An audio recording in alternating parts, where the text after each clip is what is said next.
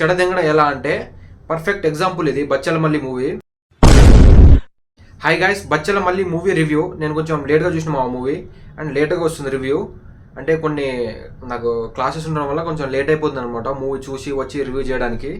And ఇప్పుడు రివ్యూలోకి వెళ్తే ఒక పర్ఫెక్ట్ మంచి హిట్ అయ్యే సినిమాని చెడదెంగడం ఎలా అంటే పర్ఫెక్ట్ ఎగ్జాంపుల్ ఇది బచ్చలమల్లి మూవీ. ఒక మంచి పొటెన్షియల్ ఉంది మా మూవీ హిట్ అవ్వడానికి, కానీ దాన్ని ఏం చేశారంటే యాడికాడ చెడగొట్టారు. ఎలా అంటే ఇప్పుడు డైరెక్టర్ సుబ్బు గారు ఉన్నారు కదా, ఆయనకు మంచి పొటెన్షియల్ ఉంది. ఆయన సోలో బ్రతిక సోబెట్కి నేను పెద్ద ఫ్యాన్. అసలు ఫస్ట్ చూసిన నేను ఫస్ట్ లాక్డౌన్ ఓపెన్ చేయంగానే. ఈ మూవీ వచ్చేసరికి కొన్ని ఆస్పెక్ట్స్ ఉన్నాయి, దానివల్ల అసలు మూవీ ఒక స్టోరీ లేకుండా అలా ఏదో నడుచుకుంటూ వెళ్ళిపోతుంది.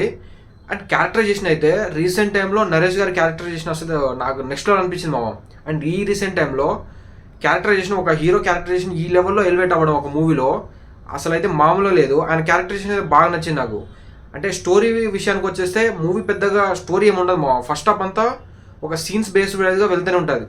సెకండ్ హాఫ్లో ఫస్ట్ 40 minutes అయితే ఫుల్ ల్యాగ్ ఉంటుంది. దాని తర్వాత ఎండింగ్ వచ్చేసరికి ఒక మంచి మెసేజ్తో ఎండ్ అవుతుంది మా మూవీ. ఒక విలేజ్లో బచ్చలమల్లి అనే క్యారెక్టర్, ఆయనకి ఏం ఆలోచన వస్తే అండ్ ఆయన ఏం చేయాలనుకుంటే అది చేసేస్తాడు మావ.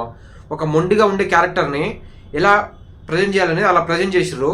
కానీ కొన్ని ఆస్పెక్ట్స్ అనేవి చాలా గెలిపినాయి ఈ మూవీని. మ్యూజిక్ అనేది నాకు బాగా అనిపించింది, కానీ సాంగ్స్ అయితే పెద్దగా అనిపించలేదు మావ. అండ్ స్టోరీ అయితే ఏముండదు, ఒక క్యారెక్టర్ వైజ్గా మూవీ వెళ్తుంటుంది. లైక్ ఒక పుష్ప మూవీతో కంపేర్ చేయొచ్చు, ఆ లెవెల్లో వెళ్తుంది మావ. స్టోరీ ఏం లేకున్నా కానీ నరేష్ గారు అయితే యాక్టింగ్ అయితే ది బెస్ట్ చేసిరు మావ. ఆయన చేసిన యాక్టింగ్ అసలు నాకు నెక్స్ట్ లెవెల్ అనిపించింది. ఈ క్యారెక్టరైజేషన్లో బచ్చలమల్లి క్యారెక్టర్లో అసలు జీవించేసారు, నాకు బాగా నచ్చింది. ఈ రీసెంట్ టైంలో క్యారెక్టరైజేషన్ ఇంతలా ఎలివేట్ అవ్వడం, ఇంతలా నాకైతే నచ్చింది అయితే మాత్రం బచ్చలమల్లియే. అసలు బాగా అనిపించింది. దీంట్లో హీరోయిన్ ఎందుకు ఉందో ఆమెకే తెలియాలి. అది డైలాగ్స్ కానీ ఏం పెద్ద ఎక్కలేదు. నాకు బ్యాక్గ్రౌండ్ స్కోర్ అయితే ఏదో నచ్చింది.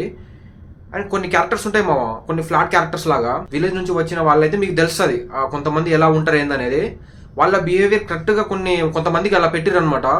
వాళ్ళ రావు రమేష్ గారు కానీ ఇంకొంచెం క్యారెక్టర్స్ ఉన్నాయి వాళ్ళకు. అది కొంచెం మీకు సీన్స్ వైజ్ అక్కడక్కడ మీకు తెలుస్తుంటుంది, అరే మనం ఇట్లాంటి పర్సన్ మనం ఎక్కడ చూస్తున్నామే అనే టైప్లో. అది హీరో లాంటి ఒక మొరటుగా ఉండే ఒక క్యారెక్టర్ని కూడా మనం విలేజ్లో చూసే ఉంటాం చాలా మటుకు.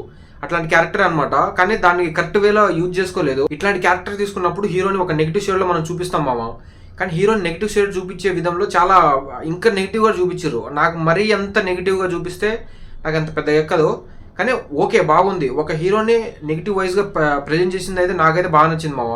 అండ్ నాకు కూడా అట్లాంటివి నచ్చుతాయి అనుకోండి, కాకపోతే మరీ అంత ఫ్లాట్గా మరీ అంత నెగిటివ్గా చూపిస్తే అది మంచిగా అనిపించదు. And background score Vishal Chandrashekhar background score బాగుంది మామ. అండ్ సుబ్బు గారు ఆయన స్టోరీ ఇంకొంచెం బెటర్గా రాసుకొని తీసుకుంటే బాగుండేది.